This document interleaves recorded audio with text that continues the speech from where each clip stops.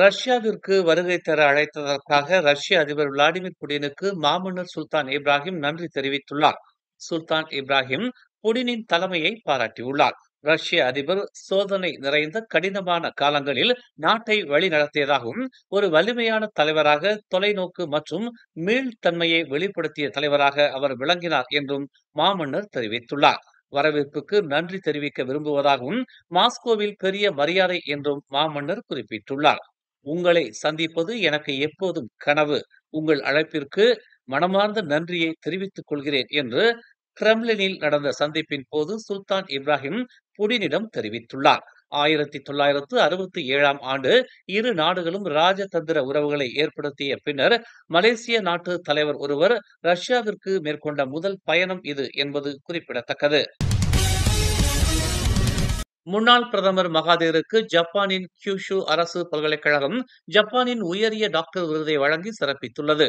ஒற்றுமை, கல்விசார் அறிவு, கலாச்சாரத்தின் அடிப்படை கொள்கைகளை கட்டிக்காக்கும் உலகின் மகத்தான தலைவராக மகாதீரை அங்கீகரிக்கும் வகையில் இந்த விருது வழங்கப்படுவதாக கியூஷு பல்கலைக்கழகத்தின் தலைவர், முனைவர் பேராசிரியர் டாக்டர் தட்சுரோ இஷிபாஷி தெரிவித்துள்ளார். மகாதீர் 2011ஆம் ஆண்டு கியூஷு பல்கலைக்கழகத்தின் ஆய்வியல் துறையை தொடக்கி வைத்ததாகவும், 14 ஆண்டுகளுக்கு பிறகு தற்போது அவரை கௌரவிப்பதில் பெருமிதம் கொள்வதாகவும் பேராசிரியர் டாக்டர் தட்சுரோ இஷிபாஷி தெரிவித்தார். உலக நாடுகளின் அடுத்த கட்ட தலைவர்கள் பல்கலைக்கழகங்களிலிருந்து வர வேண்டும் என்றும், ஜப்பானின் கியூஷு பல்கலைக்கழகத்தில் ஆய்வியல் பட்டப்படிப்பை மேற்கொள்ளும் மலேசியர்கள் கல்விக்கு பின்னர் மீண்டும் மலேசியாவின் வளர்ச்சிக்காக உழைக்க வேண்டும் என்றும், குறிப்பாக அதிகமான மலாய்க்காரர்கள் வெளிநாடுகளுக்கு குடிபெயர்வதை தவிர்க்க வேண்டும் என்றும் கியூஷு பல்கலைக்கழக மாணவர்கள் உடனான சந்திப்பின் போது மகாதீர் வலியுறுத்தினார். கிள்ளான் செந்தோசாவில் நிகழ்ந்த ஆடவர் ஒருவர் கொலை தொடர்பான விசாரணைக்கு உதவுவதற்காக 2 பெண்கள் உட்பட 7 வெளிநாட்டினரை போலீசார் கைது செய்தனர். ஜூலை 23ஆம் தேதி பதிவு செய்யப்பட்ட புகாரை தொடர்ந்து 20 முதல் 34 வயதுக்கு உட்பட்ட சந்தேக நபர்கள் கிள்ளானில் கைது செய்யப்பட்டதாக தென்கிள்ளான் காவல்துறை துணை தலைவர் கமால் அதீஃபின் அமான் ஷா தெரிவித்தார். பண்டார் செந்தோசாவின் லோரோங் லக்ஷ்மணா 20இல் உள்ள ஒரு கடை வீதியில் இந்த கொலை நிகழ்ந்ததாக கூறப்படுவதாக அவர் தெரிவித்தார். பாதிக்கப்பட்ட 28 வயது வெளிநாட்டு நபர் அவரது வீட்டு தோழரால் உடலிலும் கழுத்திலும் கத்தியால் குத்தப்பட்டதாக நம்பப்படுகிறது. மது அருந்தும் போது சந்தேக நபருக்கும் பாதிக்கப்பட்டவருக்கும் இடையே ஏற்பட்ட தவறான புரிதல் வாய் தகராறாக மாறி பின்னர் பாதிக்கப்பட்டவர் கத்தியால் குத்தப்பட்டு கொல்லப்பட்டதாக விசாரணையில் தெரிய வந்துள்ளது என்று அவர் ஒரு அறிக்கையில் கூறினார். சம்பவ இடத்தில் இருந்த 6 வெளிநாட்டினர் குப்பை கொட்டும் இடத்தில் உடலை புதைத்து அப்புறப்படுத்த முயன்றதாக கமால் அதீஃபின் தெரிவித்தார்.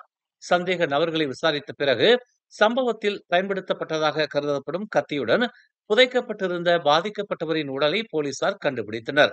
விசாரணை ஆவணங்களை துணை அரசு வழக்கறிஞரிடம் போலீசார் சமர்ப்பித்துள்ளதாகவும், அனைத்து சந்தேக நபர்களும் இன்று நீதிமன்றத்தில் ஆஜர்படுத்தப்படுவார்கள் என்றும் அவர் கூறினார். முக்கிய சந்தேக நபரான 34 வயது நபர் மீது கொலை குற்றத்திற்காக தண்டனை சட்டத்தின் பிரிவு 302 கீழ் வழக்கு தொடரப்படும் என்றும், மேலும் 4 ஆண் சந்தேக நபர்கள் உடலை மறைத்ததற்காக குற்றம் சாட்டப்படுவார்கள் என்றும் அவர் கூறினார். நெகிரி செம்பிலான் சென்டாயானில் உள்ள ஒரு உணவகத்தில் பெண் ஒருவருக்கு வழங்கப்பட்ட பானத்தில் தவளை மிதந்ததை அடுத்து சம்பந்தப்பட்ட உணவகத்தை 14 நாட்களுக்கு மூட உத்தரவிடப்பட்டுள்ளது. சுகாதார அமைச்சின் உணவு பாதுகாப்பு மற்றும் தர பிரிவு கடந்த வெள்ளிக்கிழமை உணவகத்தை ஆய்வு செய்து உணவு பாதுகாப்பு தரங்களை பூர்த்தி செய்ய அந்த உணவகம் தவறியதை கண்டறிந்ததாக தெரிவிக்கப்பட்டுள்ளது.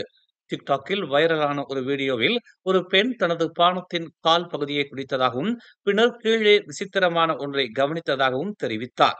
பானத்தை கிளறிய போது அப்போதுதான் தம் தவளையை பார்த்ததாகவும், அது அசைவற்று கிடந்ததாகவும் கூறியிருந்தார். சமூக வலைதளங்களில் இந்த வீடியோ வைரலாகி பீதியை கிளப்பியது. வீடற்ற ஒருவருக்கு சாப்பிட்டு மீதமுள்ள உணவை கொடுப்பதை காட்டுவது தொடர்பான வைரலான வீடியோவில் தொடர்புடைய 3 இளைஞர்கள் போலீஸ் ஜாமீனில் விடுவிக்கப்பட்டுள்ளனர். 14, 18 மற்றும் 19 வயதுடைய சந்தேக நபர்கள் விசாரணைக்காக ரிமாண்ட் செய்யப்பட்ட பின்னர் விடுவிக்கப்பட்டதை சிரம்பான் காவல்துறை தலைவர் ஏசிபி முகமது ஹத்தா சேட்டின் தெரிவித்தார். இந்த வழக்கு தண்டனை சட்டத்தின் பிரிவு 504, சிறு குற்றச்சட்டம் 1955 பிரிவு 14 மற்றும் தகவல் தொடர்பு மற்றும் பல்லூடக சட்டம் 1998 பிரிவு 233 கீழ் விசாரிக்கப்படுகிறது.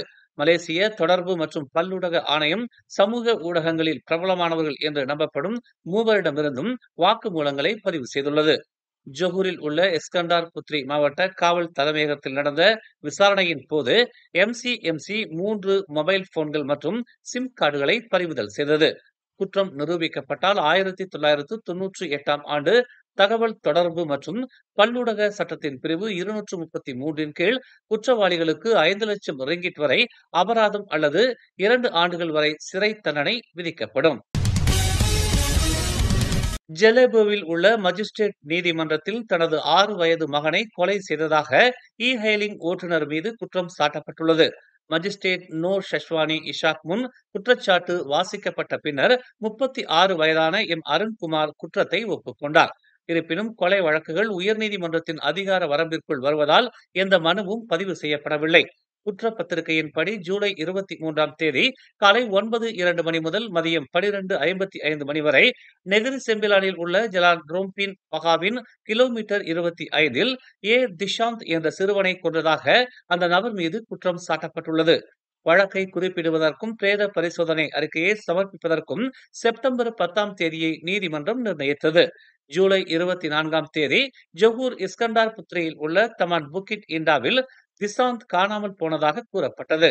அவரது தந்தை கைது செய்யப்பட்ட 4 நாட்களுக்கு பிறகு அச்சிறுவனின் உடல் கண்டுபிடிக்கப்பட்டது. மேலும் செய்திகளை தெரிந்து கொள்ள தமிழ் மலர் நாளிதழை பாருங்கள். எங்களோடு இணைந்திருக்க மலர் டிவியை பதிவு செய்து கொள்ளுங்கள். உறவுகள் மகிழ்ந்திட விருப்பம் மற்றும் பகிர்வு சேவையை சொடுக்கிடுங்கள்.